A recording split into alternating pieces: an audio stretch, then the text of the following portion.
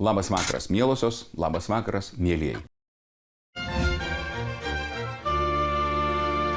Mano rankose 1970-aisiais išleistas Švyturio žurnalo numeris.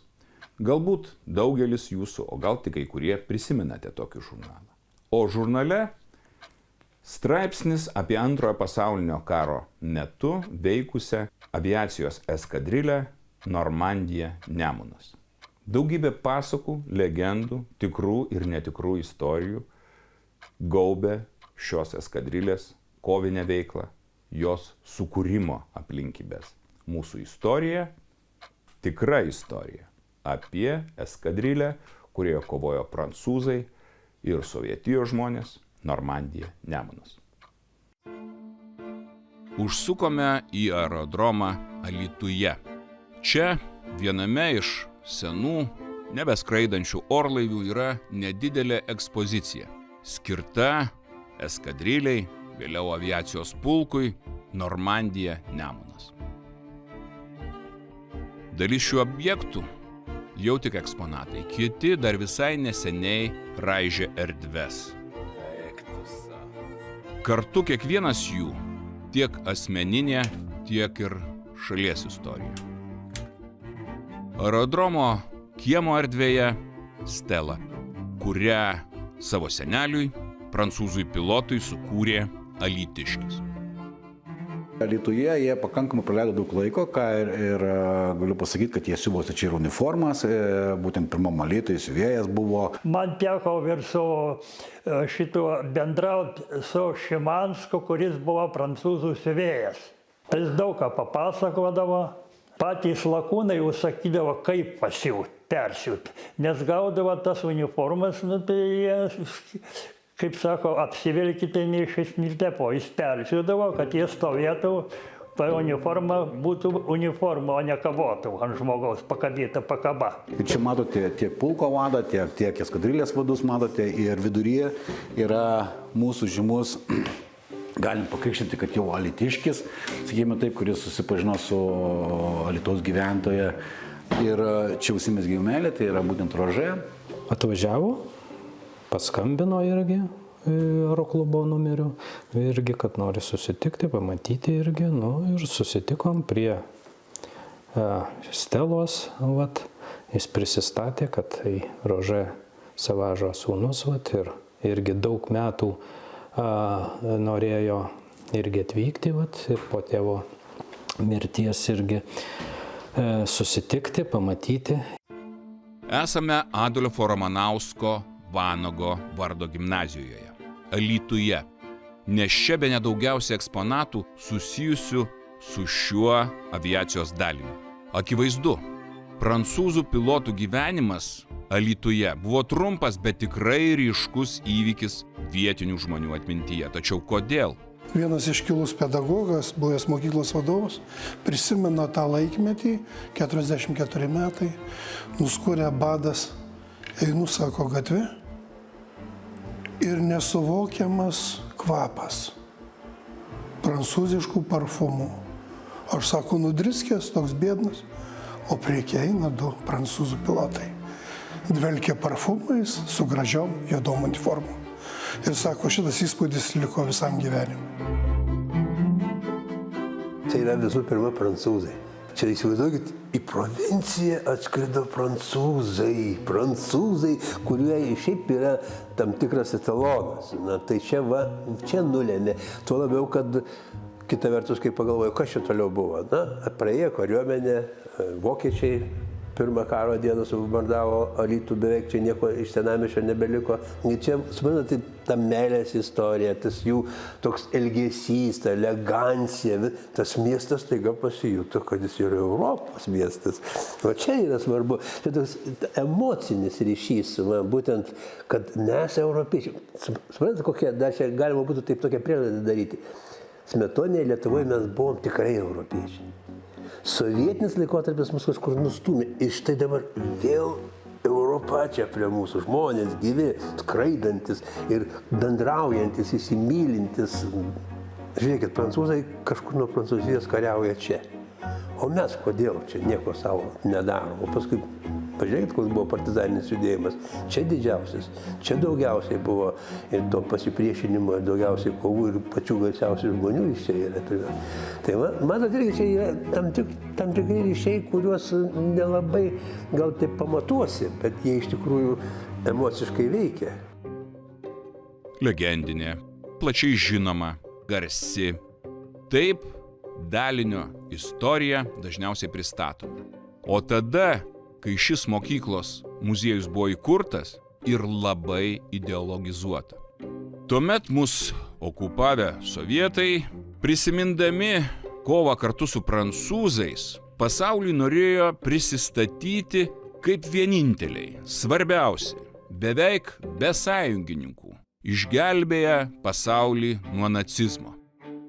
Tačiau dabar visa tai artefaktai, kokių nemažai yra likę ir daug kitur, ne tik Lietuvoje. Ir šiandien pasaulis tuos artefaktus interpretuoja įvairiai.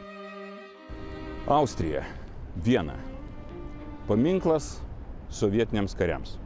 Šiandien turistinė atrakcija pritraukianti tikrai nemažai žmonių. Ir jokios baimės. Net ir Stalino vardas tos baimės nekelia.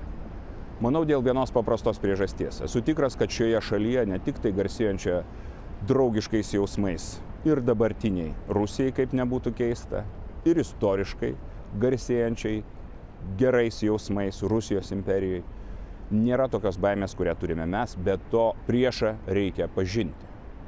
Materialūs objektai turi kelti ne baimę, o būti priminimu, kas nutiko. Taip, prie šito paminklo galime rasti ir nedidelę raudonų rožių puokštelę, bet tik vienintelę. Taip, prie šito paminklo galima pamatyti policijos pareigūną, bet prie šito paminklo galime pamatyti ir didžiulę Ukrainos vėliavos spalvų sieną. Sovietija, kuri yra mus okupavusi šalis, ne tik tai rusai. Sovietija per Antrąjį pasaulinį karą žuvę rekrūtai iš Ukrainos, Gudijos, tos pačios Čečėnijos, Kazachstano, Turkmėnijos ir įvairių kitų šalių. Prieš nacizmą kovojo ne tik Sovietija, bet ir civilizuotasis pasaulis. Britanija, Jungtinės Amerikos valstijos, Prancūzija. Mes turime žinoti tikrą istoriją, jos nebijoti ir tada ištikus bėdai, neduok dievė, jeigu tai būtų, mokėsime ir gintis. Neįtikėtina. Mokyklos muziejuje, taip, reikšmingos mokyklos, gimnazijos, ne bet kokios gimnazijos, 100-metės gimnazijos muziejuje artefaktai, kurių neturi net nacionalinės institucijos. Pavyzdžiui, Prancūzijos prezidento, pasipriešinimo lyderio, generolo de Gaulio autografas ir dar kiti. Kaip, kokiu būdu visą tai atsirado mokyklai? Šitas muziejus buvo įsteigtas 69 metais ir jo įkūrėjas buvo mokytojas Anuškevičius ir jis labai daug skyrė savo laiko ir asmeniniai šito pulko Normandija Nemunas istorijai. Pulkas Alytuje buvo dislokuotas 44 metų vasarą, iš čia ilgai vienoje vietoje neišbuvo, nes ėjo frontas. Anuškevičius, jisai ir su įvairiom prancūzų asociacijom ir gaudavo ir daug leidinių įvairių.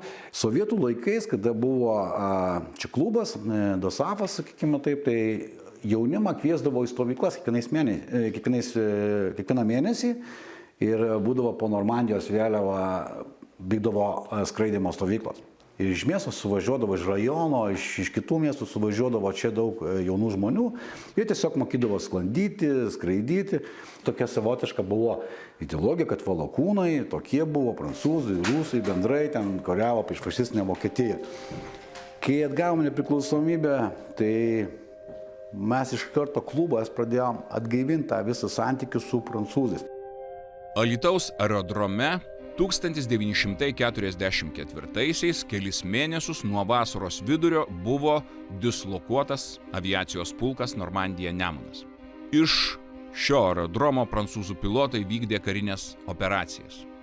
Pulkas tai dalinys, apie kurį įvairiais laikais rašytos knygos, statyti filmai, Net ir Lietuvoje 1978-aisiais Lietuvos kino studijoje buvo sukurtas vaidybinis filmas Markizas ir Piemenaitė, kuriame vaidino visa garsių Lietuvos tuometinių aktorių plejada. Kuo ši istorija mums svarbi? Ir ar svarbi dabar? Alytuje yra net gatvė pavadinta Pulko Normandija Nemunas vardu. Tokia buvo ir Vilkaviškio mieste, tiesa, tik sovietmečiu 1997-aisiais gatvė jau pervadinta kitaip. Kada ir kodėl dalinys buvo įkurtas? Prasidėjęs Antras pasaulinis karas Europai daug ką pakeitė ir pirmoji eilėje tikriausiai, žinoma, atsidūrė netikėtai situacijai pati Prancūzija. Rytuose galinga valstybė, turbūt mes žinome, Sovietų sąjunga, kuri taip pat atsidūrė irgi nepavydėtinai padėty. Žinoma, jinai pati kalta buvo. Gaunasi taip, kad praktiškai šita valstybė taip pat neturėjo jokių kaimynių, su kuriais galėtų bendrauti, nes jinai pati, reiškiasi, pridarė tokių bėdų, kad reikėjo kažkaip tai statyti savo autoritetą. Ta draugystė vadinama tarp Tarybų sąjungos ir Vokietijos davė rezultatą tokį, kad praktiškai Hitleris suprato, kad draugystė su Raudonojo rojaus valstybė, kuri viso šitą siūlėsi, prives prie kracho. Ir tas netikėtas karas praktiškai Sovietų sąjunga taip pat užklupo netikėtai, panašiai kaip ir Prancūzijai. Rezultatė gavosi tai, kad reikėjo ieškoti savo pagalbininkų, o tai žinoma, pagalbininkai galėjo būti didžiosios valstybės, kaip Didžioji Britanija, kaip Jungtinės Amerikos valstijos. Tai reikėjo kažkokiu tai irgi taip pat parodyti autoritetą, nes ką tik mes draugavom su Hitleriu, ką daryti. Pasipriešinimo naciams Prancūzijoje organizatorius, generolas Šarlis de Golis organizuoja laisvosios Prancūzijos jėgas kautis prieš nacistinę Vokietiją. Po ilgų derybų nutarta ir į rytų frontą siųsti dalinį, kuris atstovautų Prancūziją. Siekiama parodyti, kad kovojanti Prancūzija egzistuoja įvairiose frontuose, kad ji nežlugusi. Stalininiai Sovietijai turėti sąjungą su europinė valstybė prieš nacius irgi buvo labai svarbu. Manau, vienaip ar kitaip tai buvo tas momentas reikalingas ir vienai ir kitai to momentiniai valstybei. Ir gavosi tai, kad 1942 metais prasidėjo jos, reiškia, to būsimo dalinio organizacija. Žinoma, kovinio dalinio kaip tanko junginio, kaip buvo mąstyta, buvo atsisakyta ir buvo prieita vis dėlto prie lengvesnė, prie karo aviacijos. Žinoma, pradžioje tų lakūnų galima buvo labai nedaug surinkti, todėl kad vis dėlto ir Vichy Prancūzijai irgi nelabai leido. Režimas buvo šitą generolo Peteno iš Afrikos, irgi taip lengvai negalima buvo pabėgti, kur buvo prancūzų daliniai, išskyrus, sakykime, sąlyginai iš Alžyro, iš Libijos, sakykime, prie Sirijos, kur buvo dar viena kita bazė. Taip, kad ta pirmoji partija, kurie iš jų buvo 15 karo lakūnų, kurie įskrydo su 48 biuros mechanikais, 4 štabo karininkai, tai buvo tai pirmosios kregždės ir iš jų praktiškai jie visi iki 20 metų ir praskraidė apie 150 valandų. Tai yra tikrai nedaug. Netgi būdavo, taip sakydavo, pusiau žali lakūnai būdavo irgi leidžiami, kadangi buvo karas, poreikis didelis buvo, tai ir vieno mūšio lakūnai buvo. Ir atributika visai ant tų pačių, jeigu jūs matot ant tų lėktuvėlių, tai yra irgi ta atributika išlikus kai kurie ant Jak 3.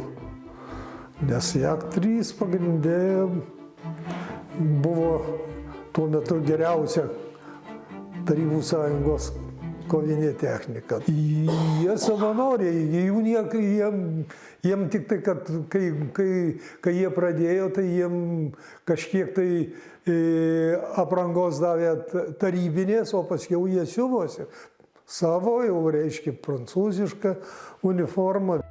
Štai čia tikra, autentiška, žymiojo dalinio siuvėjo alytiškio Petro Šimansko užrašų knygelė.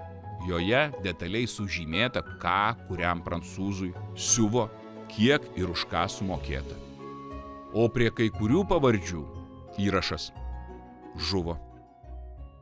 Ir kada jau Alytuje nusileido Alyto aerodromą, čia kažkurį laiką truputėlį stabilizavosi frontas Lietuvoje, aš turiu minty, taip kad buvo laiko truputėlį pasitvarkyti galbūt aviacijos bazę, galbūt apmokyti truputėlį naujus atvykusius kažkokios lakūnus. Ir kitas dalykas, turbūt atsirado laisvesnio laiko lakūnam ir mes matome, kad jų net ir Kaune yra.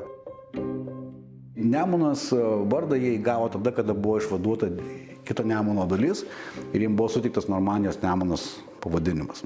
Po šito mūšio ir po forsavimo būtent Stalinas pasirašė apie tai įsakymą, kad už Nemuno forsavimą ir išvadavimą, atsiprašau, Lietuvos Respublikos būtent suteikti Nemuno vardą. Viskas yra gerai. Tai, kad Normandija, Nemunas, gerai, kad buvo išleistas įsakymas, tai žinoma džiugina prancūzų lakūnus. Bet kad už išvadavimą Lietuvos žmonėm nuo to geriau tikrai nebuvo ir visi kiekvienas turėtų pagalvoti, tai kad įsakymą pasirašė žmogus, kuris pats okupavo ir sunaikino mūsų valstybę. Čia, į Alytų, ne tik sovietinės okupacijos metu, bet jau ir gerokai pasikeitus pasaulį, keletas prancūzų pilotų, mechanikų buvo sugrįžę dar kartą. Ir šiuo metu Prancūzija, Normandija, Nemunas veikia visą eskadrilę ir turi savo antsiuvą, tas antsiuvas jis nieko nepakitęs yra, tiesiog jie tą tradiciją išsaugoja, net kas dar įdomiausia, tai mes su kolegom gavom dovanų vyną, prancūzišką vyną, kuris pavadintas Normandija Nemunas yra. Butelis, jie turi tą tradiciją, jie renkasi kiekvienais metais. Ta draugystė, kuri buvo tarp tuometinės Prancūzijos ir Sovietų Sąjungos, man atrodo, jie jau nuėjus nuo istorijos ir šį traktavimą mums reikėtų traktuoti ne kažko tai ypatingai, o tai, kad prancūzų karo lakūnai dalyvavo Lietuvos teritorijai, dalyvavo mūšiuose ir ar tai teigiama, ar tai neigiama. Sunku atsakyti. Yra vienas dalykas tai, kad galbūt pasakyti vieną. Jie žmonės nieko nežudė. Iš mūsų žmonių, taip kad žmonės už tai pasiliko turbūt geriausi prisiminimai apie juos. Prancūzų lakūnai savotiškai priminė turbūt buvusios Lietuvos valstybės laisvės akimirkas.